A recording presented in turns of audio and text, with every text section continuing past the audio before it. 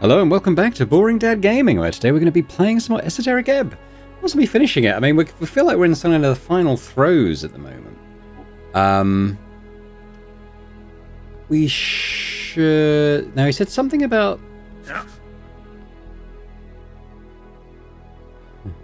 We'll speak to some people. Who's this?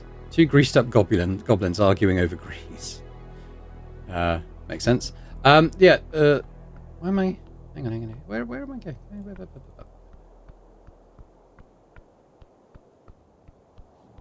Oh, yeah. What's that? What's up with that barrel? Okay, what's the deal with the grease?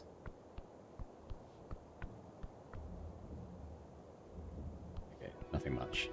My bike. Never did find a key for it. You see your bike now alone on the bridge. It's absolutely beautiful as always. You could head into the sunset with this one. Snell watches how you stare at the bicycle. True love right there. It's wonderful to see. I imagine this is how the cowboys of old Dimonor felt when they reunited with their horses. I will never know for sure, so yeah, why not? Off into the sunset on your yellow bike. Oh, dramatically appropriate. Epic. Cowboy tales are not real. Now finish up here so you can do something more important instead. Alright, pat the bike and leave. So yes, I want to get up and... She said something about being on the green. The bard lady was playing, so... Because of that grease barrel, I think we need to... go past here. I'm going to ignore Darrow for now. Another sending, you stop. Another ominous feeling.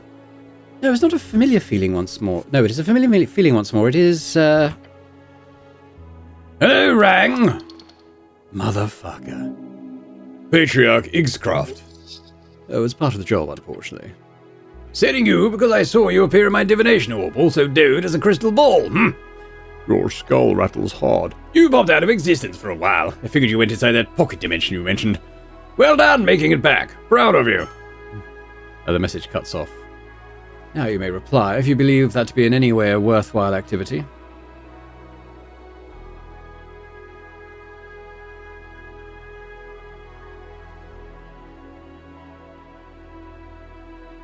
Patriarch, I have a lot to report. It's a bit complicated, but I'll get back to you as soon as I've voted in the election. I believe you. Unfortunately, I'm rather busy today. Make sure to swing by the towers tomorrow. I'll book you in, Rang. Don't respond, just sigh. Message from the towers? How did you guess? I must be psychic, like the dent in your pocket. Or did you let it go? I don't recall. Anyway, let's get going, I guess. Yeah. Yes, I'm going to ignore Darrow.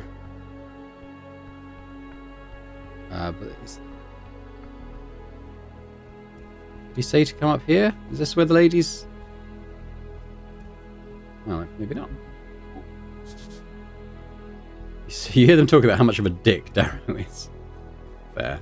Okay, we talked to the angel one last time.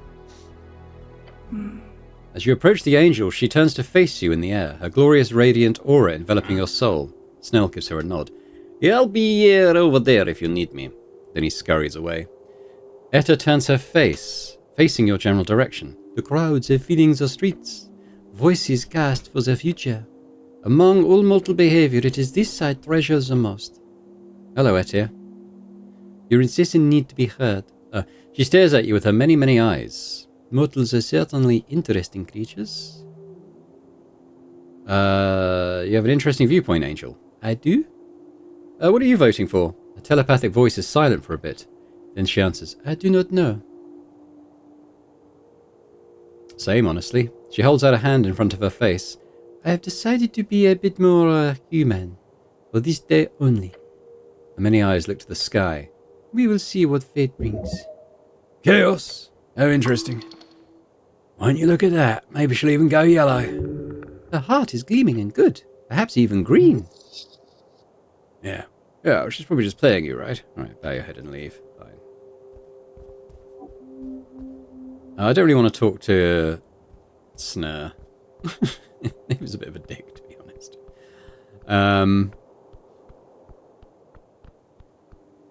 Now, I just saw a little... Oh, not Thaumaturgy, I want Druidcraft. There we go. So these little fellas are still around. Yeah. Alright. We're going to go Goblin Garden. Then we'll sort of, after we've done that, we'll kind of make our way through everyone else and have a chat. Oh, Lady Sageleaf's here. Oh, okay. Well, that's what you meant by green. Nearly sits in the grass, playing a tune carried along on the wind. Oh, she's so deeply into her performance, she doesn't notice you approach. Oh, she's good. She plucks her strings, but they are connected to the esoteric music machine. An interesting way to make music. Esoteric music, how wonderful. The goblin bard keeps playing to the HWPT goblins. Wave at her. She glances up at you, gives you a quick nod before continuing to play. I'll just let her play. So here, we've got... Yeah, who is this guy? A somewhat talkative dwarf. Anyway, we're going to talk to Lady Sageleaf. You approach the goblin chieftain sitting on the grassy field by herself. You notice several eyes fall upon you from the bodyguard stationed across the area. They're ready to attack you at a glance. She's enjoying the sun. Careful now. Be polite. I'm back. Yes, I can see that. She squints at you before closing her eyes again. Schnell! Yes, my lady? Report! How did it go? Yeah, the necklace of fireball was used accidentally in the tea shop. It was meant to go off underneath the temple on election day. But now, in fact. She leans forward in her seat and glares at her servant. Lord Gorham in the Beyond wished to use those deaths to bring back his god from the dead. She stares at him. You know, Earth. I got that part. Yeah, so, Lord Gorham was dealt with and he is confirmed dead. I can confirm that. She glances at you, then back to Snell. I see. So the threat was neutralized, there should be no ongoing repercussions. The dragon clicks her tongue. I want more details later, but good. Well done. She turns to you with a slight smile. You as well, cleric. The service you performed here is more than I ever expected. Oh, a backhanded compliment. Love it. Right, well that should be it. Then there was that chat with Earth. Right. Lady Sageleaf then looks away twice before raising her eyebrows to the sky. Oh, a classic double take. Excuse me, did you say Earth? Ugh, you handle this one. Yes, Earth lives in the space between. He's dead, but his spirit acts as a channel for magic. He's just there? Yeah, or rather he used his last strength to reach out this time. We had a nice conversation. Good talk. She points a finger towards Snell. I want a full report on this later. Of course, Lady Sageleaf. Then the goblin chieftain grumbles to herself. Esoteric bullshit. Agreed. Cool esoteric bullshit. Yeah, whatever. She groans. It's good to have you back. I am at least very glad you did not get stuck out there in the void. And you, Snell. I'm very, very happy you made it out alive. You're my best runner, after all. My lady. He bows. Nerd. Oh, he loves her. Bow your head and leave. Alright. That's done. Should we talk to Drummer? Actually, I didn't behold him before, did I? Let's try it now. Whoa! Sweet. We got everything on him. Oh, no, I did do it before. I don't know why none of that stuff was there. It just talks about him being in the crate. Okay, let's just talk to him. Near Our Lady's apartments, you hear that familiar rhythmic thumping noise. Cleric? Is that my voice? Sorry, it was the first thing I had. Right, well, don't. Please, as creepy as all hells. You see her still hanging around, huh? Of course I am. The bird stops his claws on the tiling. I groveled and begged for mercy. Now I'm all kinds of stuck with this shit. Ah! The bird strikes a dramatic pose. Oh, he appears well. Is this his true personality? He was way more kiss-assy last time.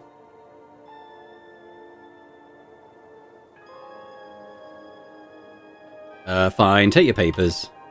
The bird stares at them as you place them in his sharp claws. What? I thank you. He puts them away. I'm very grateful. Sorry for being asshole. Well, I did steal your passport, so I get it. The bird immediately starts bolting away from you. Old lady will be a bit pissed. But I get it. One less problem to deal with. Fuck that guy. Indeed.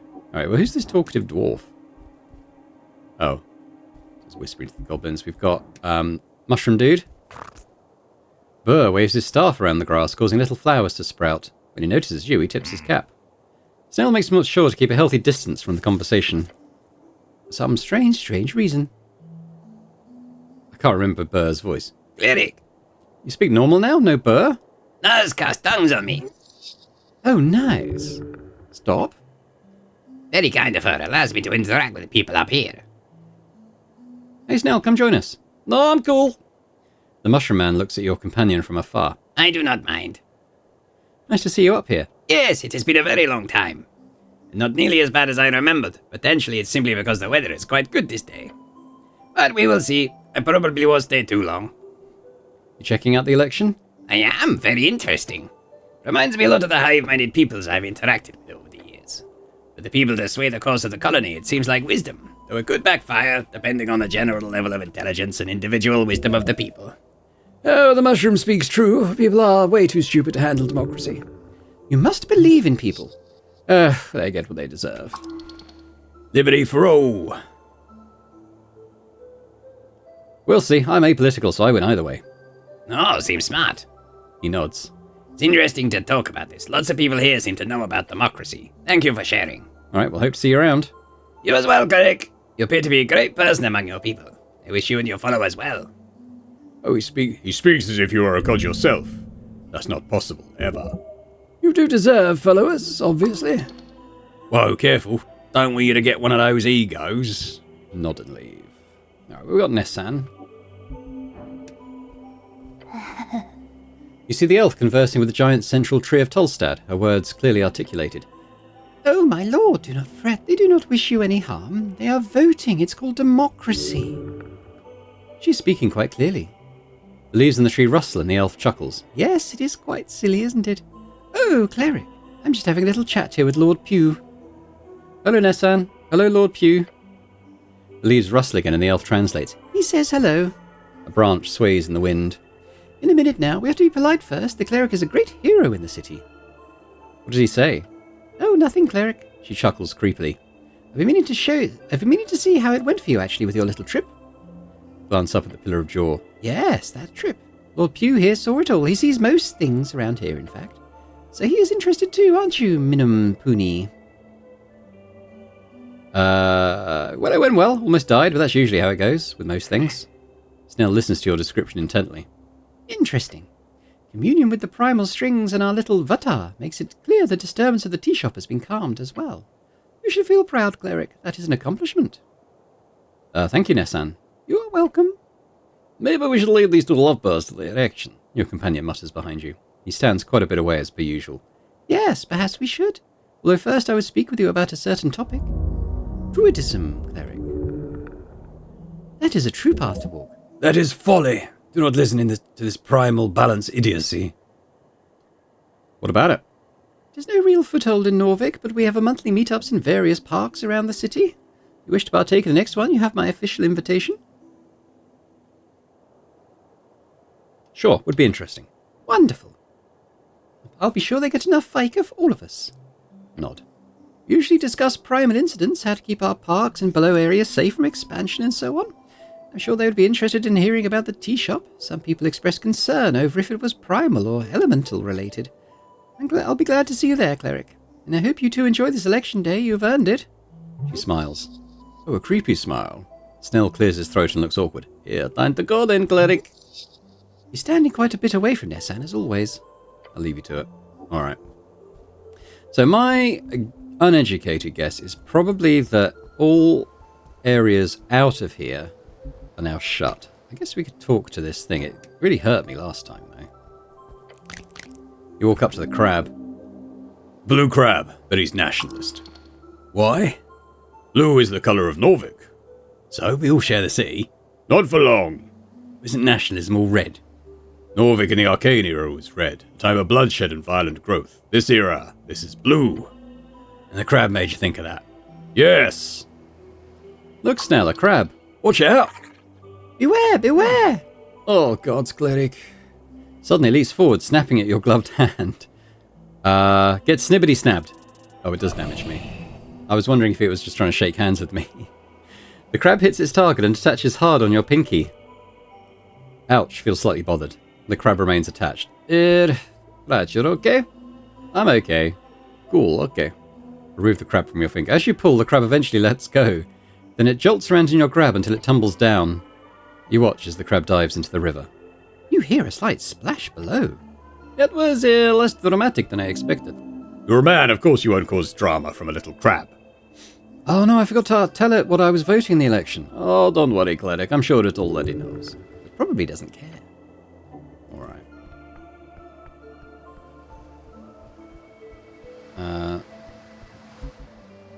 So we've got her now. Am I that bothered about talking to her? Not really. I can't get in the air. So the Goblin Garden's blocked off. So I think we can only kind of stick to these above ground areas now. Maybe, yeah, even Viscon's blocked off there. Oh, the skull's here. Should we go and talk to him? Oh, okay, we've got to go the long way around. You spot a familiar skull perched on the crumbling edge of the ancient snail tower overlooking the river. He's completely still, like an ornament of a particularly morose garden decorator. Wonderful? Cleric! The skull spins to face you, gems twinkling. Come, sit with me. He gestures with nothing. He seems to think he gestured. Sit next to the skull. Ah, sometimes a man needs to stretch his legs, get some fresh air in his lungs. He has neither legs nor lungs. The spot is great, isn't it? The river, the sky. It's nice, yeah. But I've been thinking, Cleric. The skull rattles slightly. I need a new doom. I quite like your secret chamber, very necromantic. My current alcove is fine. But fine is not spectacular. A necrolord deserves better. What did you have in mind? The North Wall! Have you seen the view from up there? Magnificent! I could set up a whole laboratory, balcony overlooking the city, maybe a reading nook by the window. I live on the North Wall, it's nice. You do? Good, then you'll have a new neighbour soon. I'd love to have you as a neighbour. I'm sure I'll make you regret saying that. How did you get out of the crypt, anyway? What do you mean? I simply walked. In all honesty, if the average Norvician saw a skull floating on by casually, then they would most likely not assume it was an evil undead. They would just assume it was a joking illusion or a cantrip by some neighbouring kid. Are you really a lich? You seem more like a talking skull who reads too many magazine tales. I would retort with something clever, but I'm enjoying the sun far too much to entertain your inane comment. Alright, well, good luck with that. Luck! Ah! Luck is for mortals who don't plan ahead. The skull turns back to the river. Viscon thinks I'm being ridiculous, of course. But what does he know about interior design? Not much, his lair is pretty drab. Exactly! Anyway, good talk, Cleric. Always a pleasure. The undead gentleman is politely asking you to leave. Alright, get up. If you need me, I'll be here. You will not. Everything you have learned from this mad demi-lich has already been extracted. Is it really okay for an undead creature like this to hang around in the sun? Well, a zombie or a ghoul might be affected in serious ways, but a demi-lich is no vampire. They have no hypersensitivity to sun and or regular light. Clearly old Bonneval here doesn't even have any regular sensitivity. See you around, Bonneval. Bonneval, whatever your name is. Okay, why don't we go and talk to some other people? Let's talk to Viscon first, and then maybe we'll have a chat with his various comrades.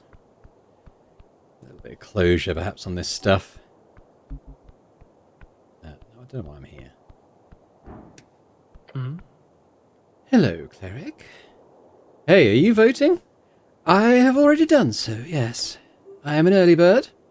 Do liches even need to sleep? No, Cleric. I was being facetious. That's not how you spell facetious. Interesting. Look at him for a few seconds and then say, what? Oh. Yeah, that's how you spell it. Facetious. Facetious. Facetious. That's not what you said. Yeah, that's not what he said. Meek agrees, just in case Master wonder. I must have mispronounced that, Cleric. Can happen to the best of us, don't worry. Snell holds his sides, laughing loudly. Then he suddenly stops and takes a step back. Oh, please don't kill me. Oh, the Cleric. Viscon stands there, not moving a single muscle in his stale, pale face. I will consider it. He then squints his eyes into the sun. I will schedule a meeting with you, Cleric, about your trip to the beyond. Oh. That information will be highly valuable. Tell him. The knowledge and perspective you can provide will be worth it. I met Earth. He observes you. Repeat that? Earth and Lord Gorm, it's a whole thing. He stares at you blankly, then he looks to Snell. The goblin shrugs. Come by the Lich House tomorrow, I must know more. I must also thank you for completing this quest of yours. No problem. He slowly raises his hand before him, forming it into a thumbs up. Well done, cleric. You have become you have been an exemplary government employee.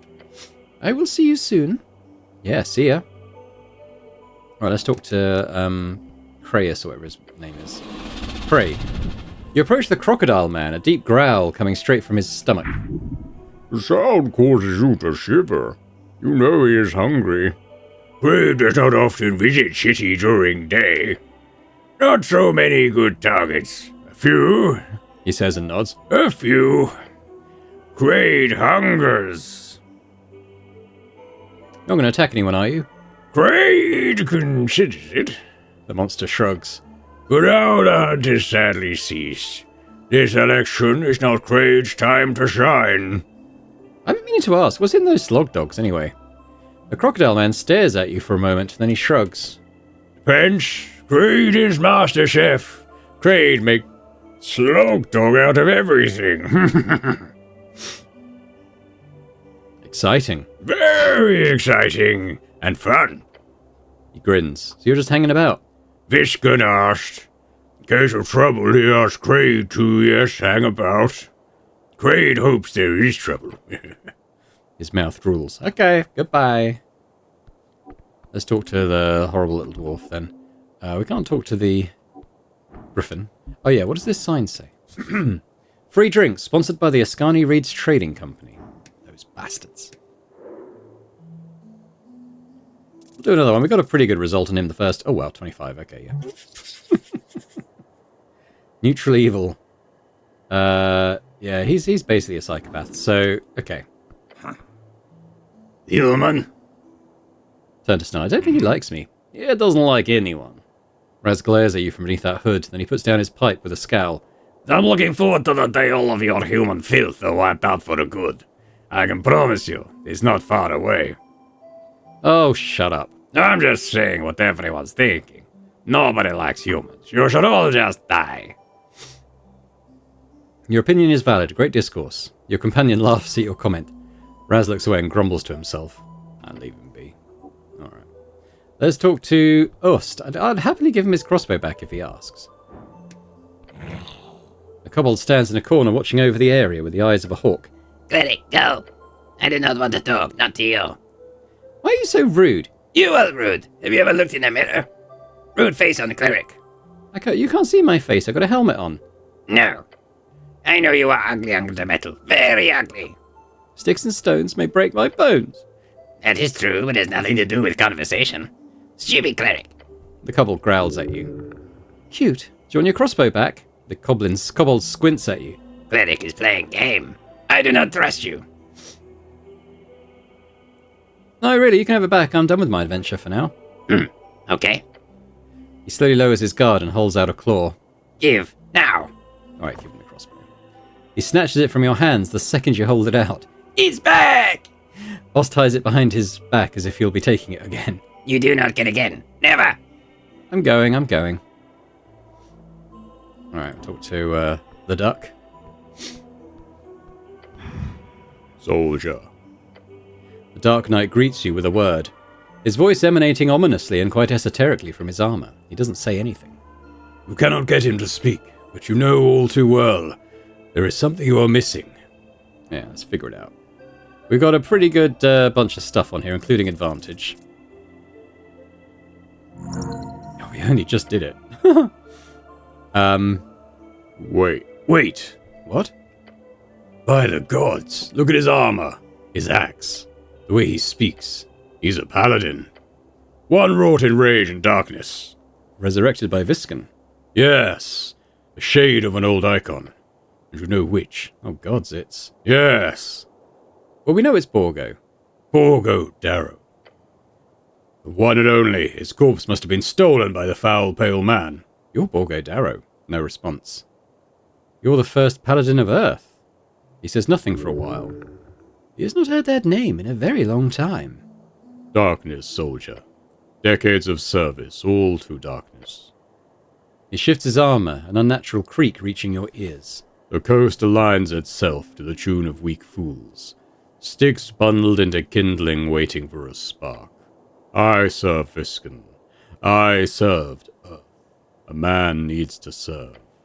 Tomorrow I might serve another, or I return to the darkness. He leans in, his voice going rough and low. I am a shade soldier. I exist to serve and vanquish.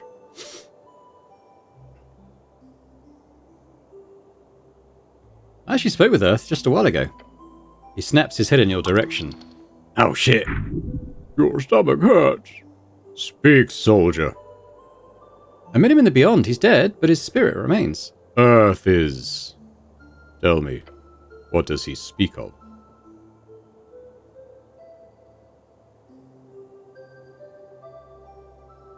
He knows Norvik faces enemies on all sides, free striders, corrupt magistrates, foreign threats, and still wants us to face the risk of democracy. Then he is a bigger fool than I imagined. The Dark Knight grinds his gauntlets together. When I learned he faded, I did not mourn, for he led this city into ruin. Earth was a fool. Earth was meek. That is why he failed. Meek? No, sorry, not meek. Poetical language from the shade of a man. Borgo Darrow has fallen into despair, and this is all that is left of him. Leave him in his wallowing.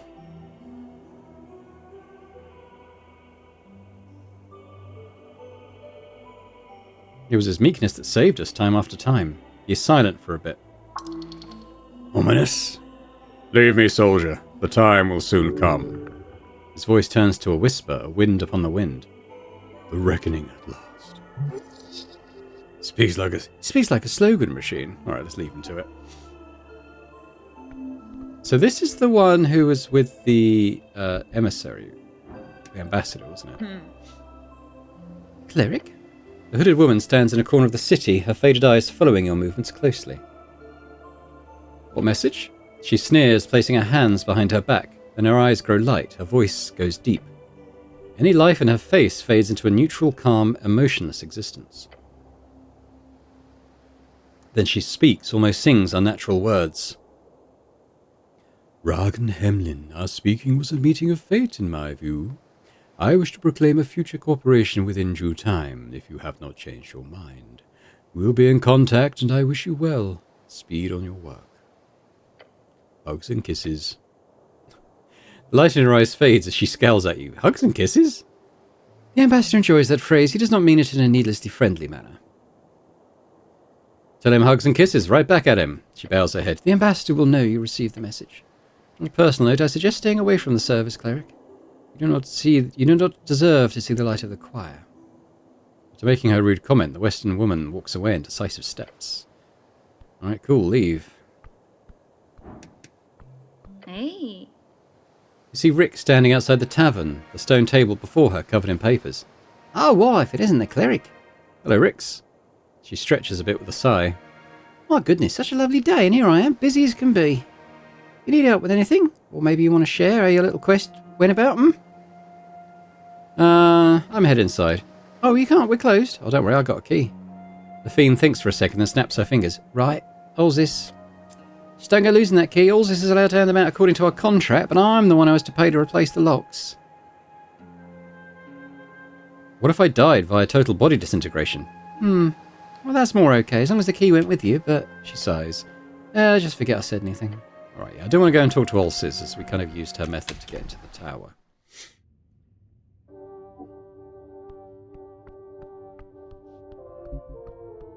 I'm guessing we can't get through this back way, though. Is it blocked off? Well, it's just not available. Can I do a hold on?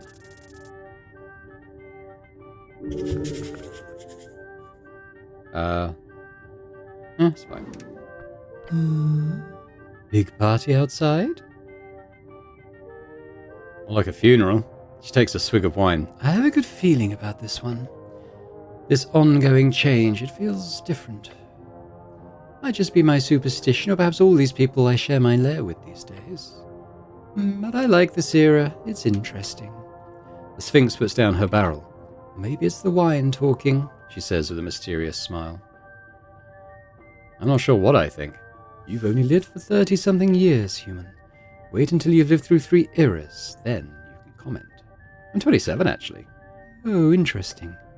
She sips on the wine. As old as the era, huh? How prophetic. Shrug. Anyway, how did your little planeswalk go? Went great. Oh, good to hear. I figured that emerald would work wonders. Been a while since I handed out a key like that. Anyway, how did it go? I met Earth. You did? How is the old badger? He's good. Dead, but good. Good to hear. Sad, but good. I'm just happy you survived. Going out beyond isn't exactly the safest hobby. She finishes her barrel of wine and lets out a sigh. Oh, what a lovely day. I think I'll have another. I'm in a very good mood today. Oh, she's so drunk, she's doing the opposite of speaking in riddles. Did Isgurum come by to see you? The snail? Oh, yes. Haven't seen one of those in eras, literally. He came by here? He did. We had a lovely chat. You didn't know him back in the day? Oh, goodness, no. Do you realize how many of them there were? She laughs. It sounded like you wished very much to revisit me in the future. I'm looking forward to it. You're not voting? I'm fine, truly. You're not lonely down here? Oh, my sweet cleric. This place will be packed tonight. I'm just enjoying the silence while it lasts. All right, well, see you around, Olsis.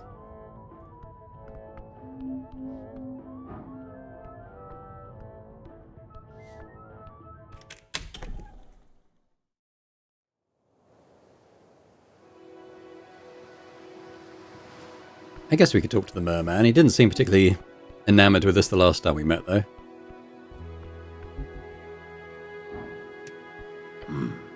The merman landlord is fishing in the river, as per usual. Oh, that's Thalasos. I forgot about that. He acknowledges your presence with a grunt. Grunt back. He grunts again. Grunt and leave. All right, well, that seems fair enough. Is there anything... Oh, I can't get past these guys, so we can't get to them here. Let's talk to Meriadoc. A fancy-dressed freestrider strikes a pose as you approach him. He takes a deep whiff of the air and exclaims, "Oh, by golly! What a beautiful day for an election. You appear to be enjoying your freedom." "Oh, you betcha!" He lifts his chin. "I've been present at over a dozen first elections across the coast in my lifetime. I've seen the populace embrace the freestrider ideal. Free trade, democracy, prosperity, liberty for all. How does Norvik compare? Oh, it's quite the unique beast, I'll tell you.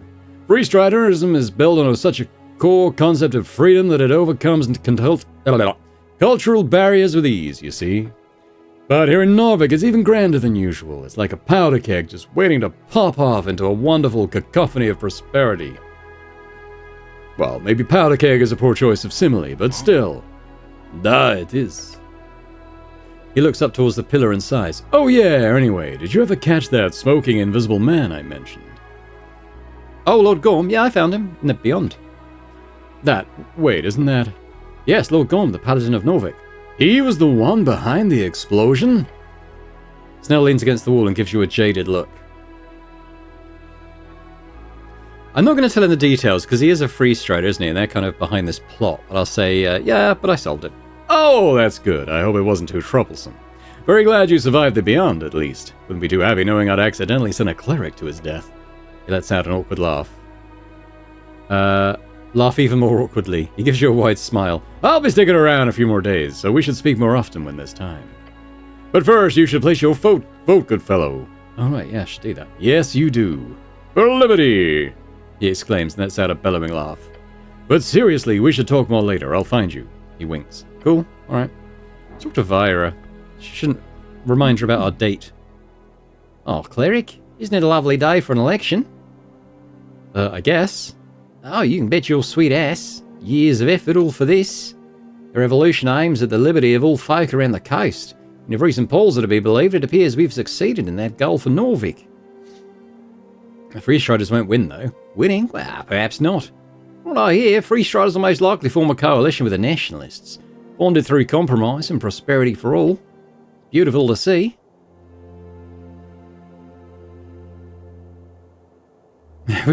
I wish the agriculturists were still in the race. I'm a farmer. It's in my blood. She laughs. I'm sure the agriculture will rise again. There's been rumours of farmers going against the Asgilish line. Maybe they'll even find reason to join the revolution. Yes. Well, it'll be interesting to see. It sure will. I'm also very excited to tell you the bust went over without a hitch. Bust? On the Asgalian hideout, in that dwarf Simi's so-called apartment. I followed your tip in sending one of my contacts to Ogre Brothers.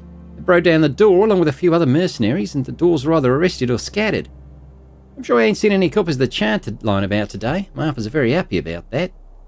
No one got hurt, right? Nothing serious from what I understand. You be sure I'll keep this in mind as well for any future opportunities. She takes a deep breath. Yeah, thanks again for handling the surprise meeting with the ambassador so well. Obviously want to know.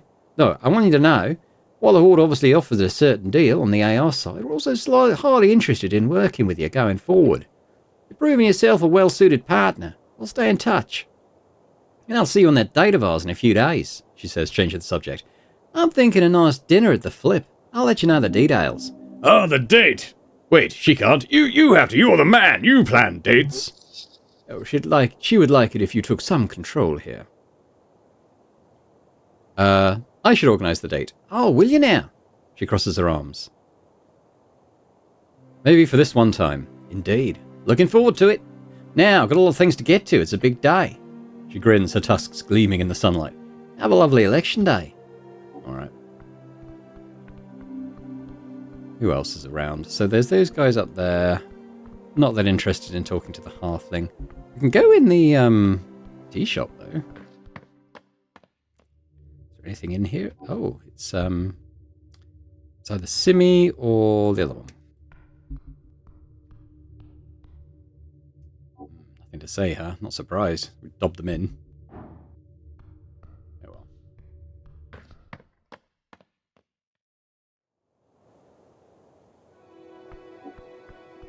Well, I guess we go and confront old Darrow up here now then.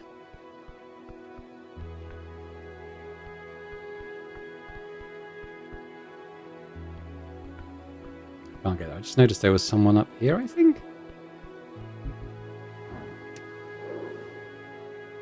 Ninja?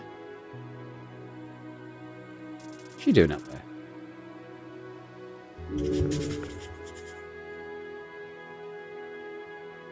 Can I get up there? I don't think I can.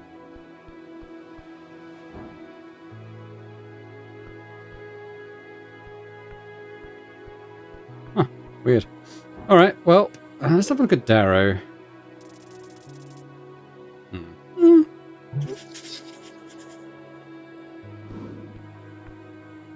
I'm going to put on this thing again.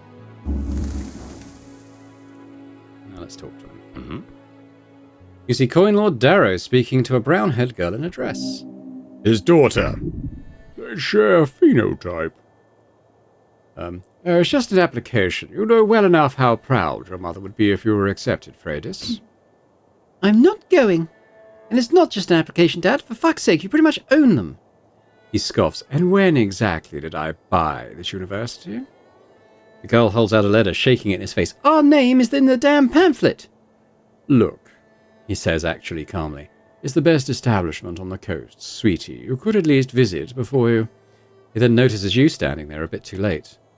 Oh, yes. It's her, the so-called assassin. Cleric? Frey goes wide-eyed, glancing between you and Snell. Anger? Fear? No, her eyes are screaming, not these effing guys again. Apologies for the swear word.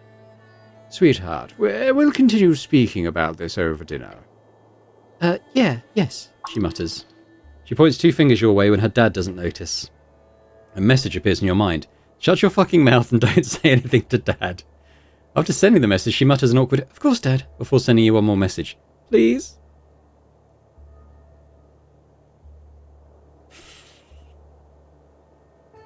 Is this your daughter, Magistrate Darrow? Yes, indeed. He taps her on the head. Our Freydis is quite the talent, you see. A proud inheritor of House Darrow. Sure. What's this about university? Oh, nothing. Just the typical big choices of the youth. Magestone in New Thrazen. Halfway across the world. Good luck with your application, young lady. Thanks. We'll talk more tonight, Frey. The girl looks at her father and then to you. Then she walks away, rubbing her eyes. The Coin Lord cuts in. Cleric. He wipes the dad expression from his face and puts on a faint smile. Last thing I heard, you went into the pillar on some ritual. I was quite impressed when I heard. You must have found proof of your rogue spellcaster hiding in the beyond, I assume. The problem is, our beloved Lady Sageleaf was told everything. He takes a step forward and glares at you. She knows all the details of the tea shop and has already begun legal proceedings. I find that highly annoying. The Coin Lord looks at Snell. I believe your lady is already well aware of that fact. Sure, he answers in a monotone voice. I just told her the truth. Yes, I'm sure you did. He sighs and rubs his temples. No matter, it is what it is. And what it is a massive headache in the coming weeks. So, thanks for that. You're welcome. The Coin Lord adjusts his expensive robe and lifts his head, looking towards the pillar of jaw. Now, your esoteric excursion. What did you find out there? The root cause was handled, I hope?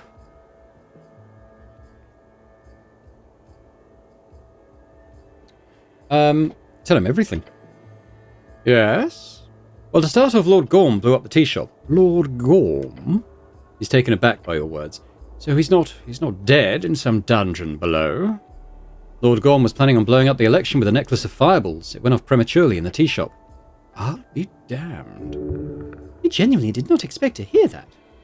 Oh, okay, I understand. He was planning on resurrecting Earth by sacrificing humans in Norvik. That's why he got the necklace. Darrow snaps his fingers. I always knew that bastard was a crazy zealot. I defeated him in the Beyond. He didn't survive. Ah, good. Yes, well, the election is clearly going smoothly, so on behalf of the city, I thank you for your service, cleric. Then I met Earth. Excuse me? He blinks rapidly. Earth came to me in the Beyond. Earth. The god.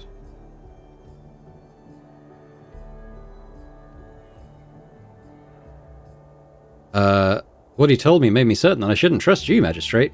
He stares at you with a deep frown. Right. His expression speaks of two things. Fear that you might be correct and hope that you're crazy. He really hopes you're crazy. I would suggest keeping that knowledge close to your heart, cleric. For several different reasons. I won't. I can't stop you. He's already thinking of how to discredit you in the papers. The Coin Lord sees more people arriving from the hill, his eyes narrowing. This is the end of our talk. As you might imagine, I'm quite busy on a day like this. He starts walking away towards the crowd. Be wise, be vigilant, cleric. His words come across as more as a threat than advice, to be honest. As he disappears up Tolstad, Snell lets out a groan. Oh, what an asshole. A massive, sneaky asshole. Biggest on Tolstad. Absolutely enormous. Gaping, if you will. Oh boy. Alright, well. I mean, I guess we go vote.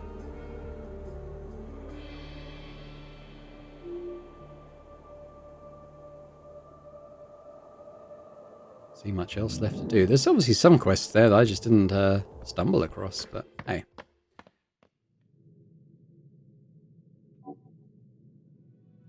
Who's this lad up here?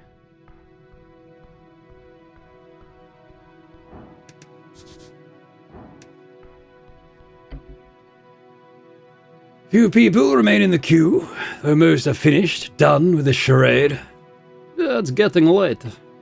Your companion looks around the chamber, the faint yellow light filling every corner. Might be time to cast your vote, huh? He's going to miss this. Oh, the goblin is very much okay going through a few more conversations with random people before you do the deed. Challenge for any mortal, but not for you. Another job in the bag. Hells yeah. The goblin gives you a tired smile. Yeah, I've talked to enough people. Let's wait in line. Well, that's it then. Bit of a wait and then it's done. This vote is just the beginning, you know. Yeah, that's the scary part. Snell grabs one of the fence poles nearby, leaning his whole body weight upon it. How are you holding up, by the way? We've been moving constantly, every waking hour for a long time now. To just stand still like this, jeez, I feel like I'm getting feeble-minded.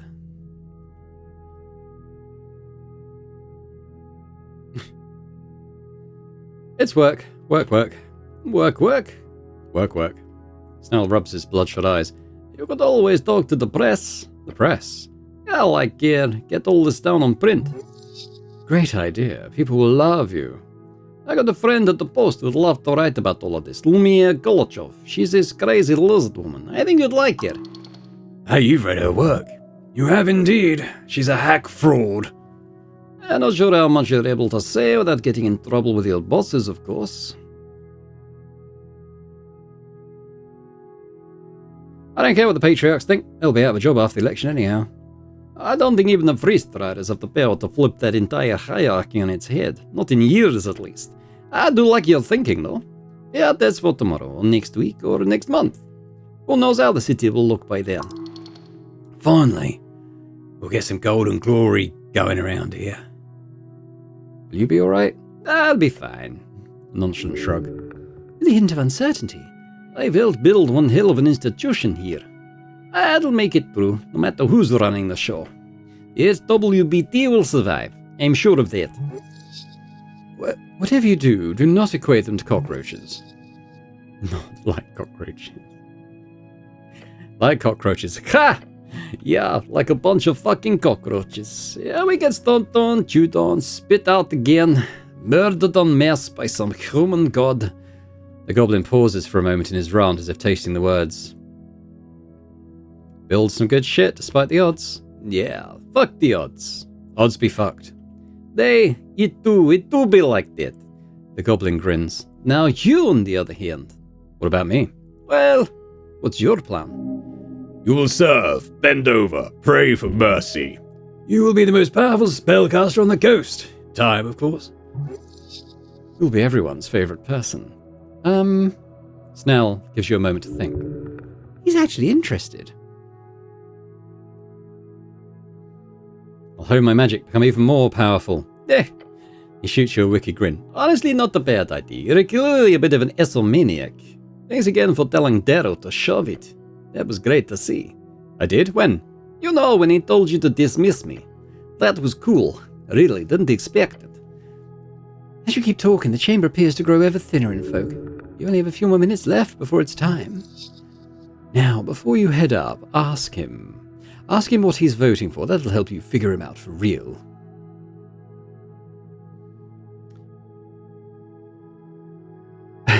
Just look away and don't ask about politics, since you're apolitical. There you go again. Always avoiding politics in the most awkward way possible. You're no longer an arcanist, you are now an apolitical. Gained 100 XP for changing your political stance. He brings out a yellow notepad. I'm not the type to write stuff down, I swear. But at some point I should realize I should note down how often you make all of these political comments. It got pretty ridiculous at some point. Then he flips through it. Here. Snell shows you a page full of scribbled lines. It's like 30 times, cleric.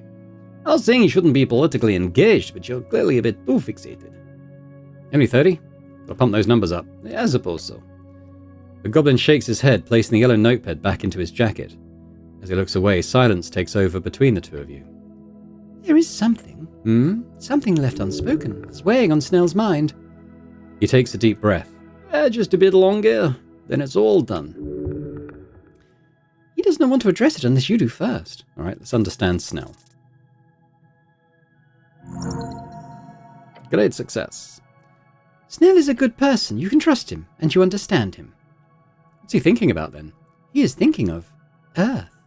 Ah. There's a lot unspoken about your encounter in the void.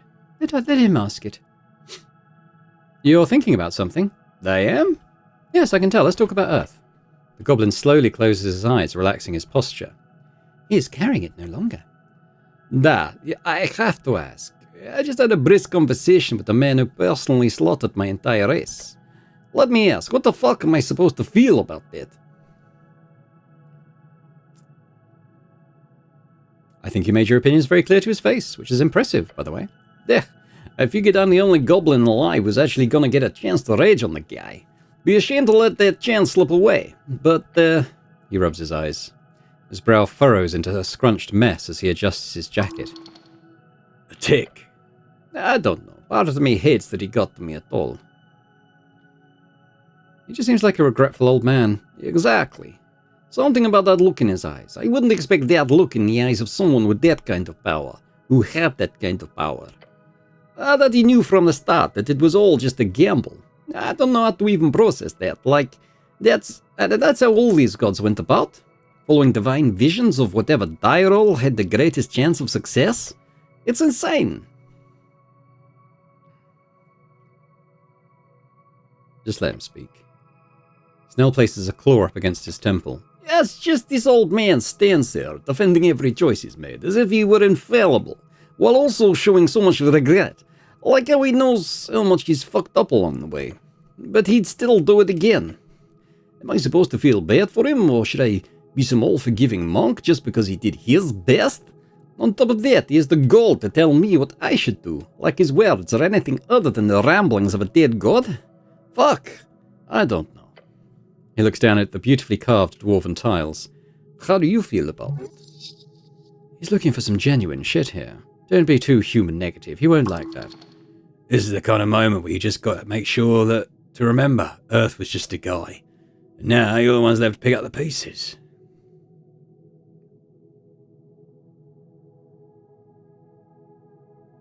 Remember what he told you. His era is over. You and I are the ones here. This is our city now. The goblin looks up. Earth is dead. We're alive. That's all that matters. Maybe it is. Maybe you're right. Couldn't have gone better. His tiny mind catches up quicker than you anticipated. In time, he will understand it. He might seek more knowledge from you then. I did it! The dwarf at the front of the queue yells, his voice echoing out into the now almost empty temple chamber. I finally voted. Actually did it. Ha! He steps back from the ballot box, wiping sweat from his brow. The dwarf turns to look out over the chamber, tears streaming from his bloodshot eyes. I didn't think it'd be so difficult. At least you got one guy who cares about as much about politics as you. With this gentleman done, you see nothing now. Nothing standing between you and your voice. Here we go. Time to modernise this fucking place. Oh, such a waste of time.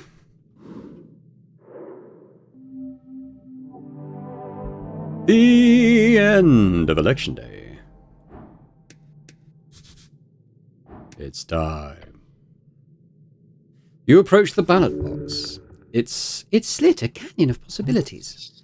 You should really try to find a girlfriend. Time to cast that damn vote. The guy next to you drops in his own voting card. As he too leaves the chamber, only you and Snell remain. Speaking of which, here. From his breast pocket, the goblin shows you a freshly printed voting card. Without any of the boxes filled in. You rummage in your pouch for a moment until you find it, your old voting card. So damn crinkled, and all the boxes are filled in for some reason. I already have one. Yeah, but I won't accept that. The rules clearly state only one box can be filled in. What does filled in mean in this case? I'm not entirely sure, but my guess is it means some type of ink, graphite, or really any type of clear pencil marking. So I'm only allowed to fill in one choice? Yeah, that's how it works, yeah. Yeah, some cities do it with some type of weird ranking system, but I'm assuming it never caught on, simply because it's way too complicated for the average voter. Even more so for the below average voter. I'm above average, obviously. Obviously. Obviously. Obviously. Look at the new card. You see the Norvikian stamp in the corner? The perch. It is official. The print's a bit different from the card you received in the mail last week. Seems like the goblins must have ordered a new batch. You always think of everything, don't you? Oh yeah, I got the eye for detail. He holds up another card looking just as fresh. I snagged an extra one when I took one for myself. Unceremoniously, Snell then drops his own voting card into the box. Huh? Done. He did it just like that? Stare at his calm demeanor and gasp. What do you want, a fucking ritual, song and dance? It's in the box, it's what matters.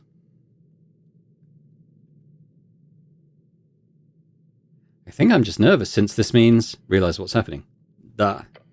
Snell steps aside. Your turn, cleric. The ballot box looms. Its shadow ominous, emanating an uncertain future. Turning to leave, he instead looks back with a scrunched expression. Just got to ask one more thing. The prayer? What? The prayer. The old man mentioned you would pray every night for one thing.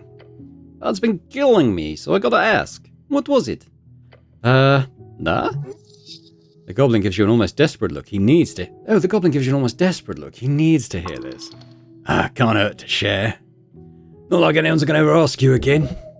It is an idiotic thing. You will surely enjoy hearing it. It's, Snell crosses his arms. I'd look out the window each night. I'd look at the moon and the dark sky. Then I'd ask Earth to give me one thing. Da? He leans in. What was it? Hold up a finger. One, only one is enough. I prayed for one friend. The goblin listened. One friend, that would be enough. That's... He gives you a shrug. It's not unreasonable. Just laugh. Your goblin companion laughs alongside you. He holds out a sharp claw. A show of friendship. Oh, a friendly gesture. Take it. A hand to shake. Be careful. Don't touch him too much. That'll be cool. Give him a tap or something. Shake it firmly. You give him a firm handshake. He grins. See you around, cleric. Your goblin companion then walks down the stairs, heading straight for the exit. As he goes, you hear him yell out, Don't vote for anything stupid. Watch him leave the Temple of Earth. Then you're alone. Turn back to the ballot box. You see it staring at you. Next to it, a simple pencil. Just you in this amazing little box. Could you imagine? A dozen revolutions, decades of violence and upheaval, all to get you the chance to write whatever you want on a silly piece of paper and drop it all in that silly box. You are now about to contribute as one in approximately 300,000. Comparison, the textbook on esoteric history Redfield Tower's initialization was 320,000 words long. Imagine yourself as one of those words. Then realize how vastly little this action matters in the grand scheme of Norvik. Yet one single word in that tome can change its meaning entirely. Vote. Vote for every person, each creature, all things in this world of yours. Alright. Everything upon your shoulders. Hope I'm making the right decision. The ballot box offers no support. Yet you must do it. Choose now, one final time. Is this voting? Sounds important. Meek thinks Master will choose good. Thanks, Meek. Yes, big thanks to me. Your talking scarf morphs back into a not talking scarf. The ballot box calls to you. You can delay it no longer. I'm going to vote for... Well, none of the actual parties, obviously. Fill in every box. Vote for Snell. Your goblin companion, a true leader in the making, a truly unambiguously wise choice. Hold up the voting card.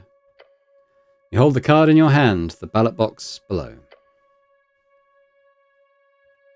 A symbol for everything you are, everything you can be, once you put this voting card inside that box. You've already made your choice. Now follow the string. Drop the voting card. And there we go.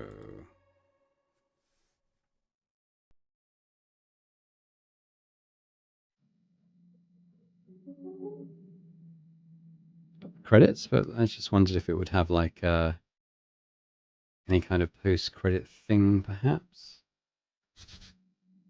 Get updated, is it? No.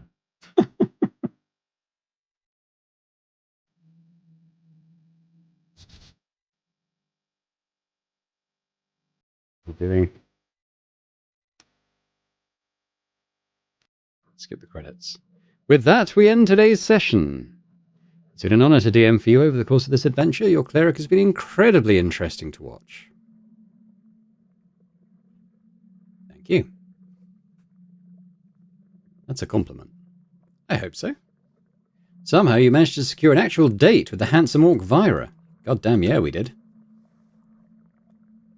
I have a feeling you will, at the very least, make an unforgettable impression. Seems very likely. Remember, she's just using you, and that's okay. Oh, and don't forget about your new buddy, Isk. He will have to seek out terrifyingly powerful magic in order to bring back his dear wife. You think he can do it? Maybe you'll have to help him out. Maybe. Hopefully.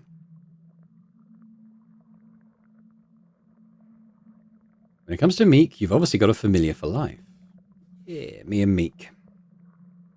Tale as old as time. Though you better keep an eye out. That old master of his is definitely still around. Maybe you'll even get to have a chat with him at some point.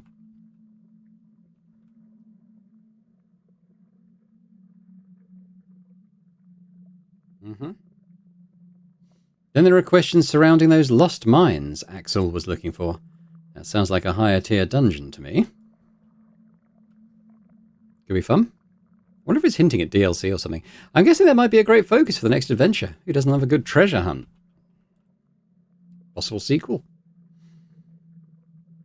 No matter what, the Golden Horde will keep a watchful, radiating eye on this city of yours.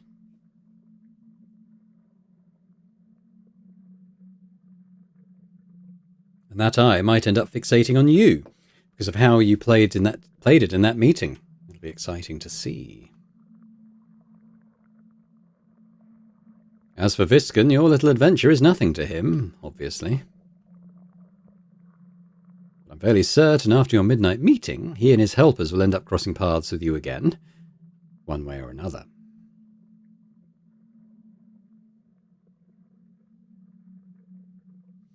Ultimately, though, I am most intrigued by your encounter with Earth. For Snell, it was a meeting with the horrors of the past. For the cleric, it must have made a lasting impression. One that will shape his future and the era to come. Speaking of which, with the election done, I feel like this campaign needs a time skip. A couple of months? Years?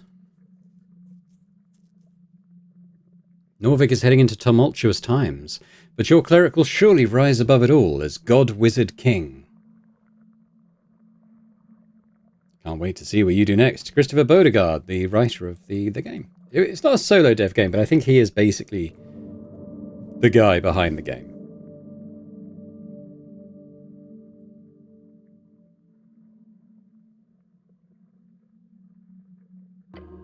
And there we go. Okay.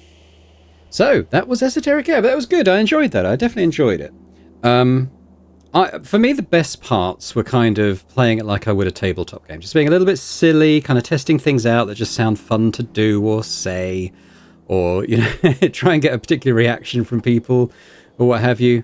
And to be honest, a lot of the time the game let you kind of play into that, definitely, which I definitely enjoyed.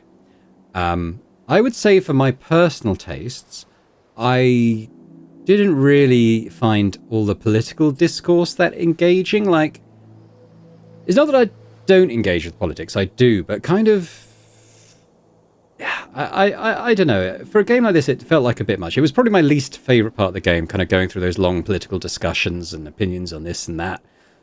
And I get that it's kind of going for that Disco Elysium thing, but to be honest, it was one of my least favourite things about Disco Elysium as well. I don't know, I just find it a bit... It kind of, for me, I guess it kind of goes against, you know, show, don't tell. Like these just long screeds of stuff. Yeah, not my favourite thing, I'll be honest. But, you know, at least you can skip past them and then get to the fun stuff. Yeah, I'm obviously filming this a little bit ahead, about a week ahead of the episodes as they come out. So it'd be interesting to know at this point if people were okay with me kind of skipping past a lot of that political stuff. I mean, was it something you wish that I'd engaged in a bit more? I don't know. I mean, yeah, the whole election thing didn't grab me, to be honest, to a huge degree. But you know, once we were going around and adventuring and underground and meeting people and just, you know, doing some fun stuff, I really enjoyed that. So yeah, for me, it's probably an 8 out of 10, I'd say. I'd definitely be interested in checking out any DLCs or upcoming games as well, for sure. But, you know, let me know your final thoughts as well. I'd be interested to hear those. If you've enjoyed this episode and this series, you know, if you could hit that like button one last time, that'd be awesome. And thank you as always to our channel members as well for supporting Boring Dead Gaming. As always, hugely appreciated. And, you know, if anyone else is interested in checking out channel memberships and gaining earlier access to my videos on various series, that would be brilliant. Well, thanks very much, and I hope to see you elsewhere on Boring Dead Gaming for other games and other playthroughs. Bye for now.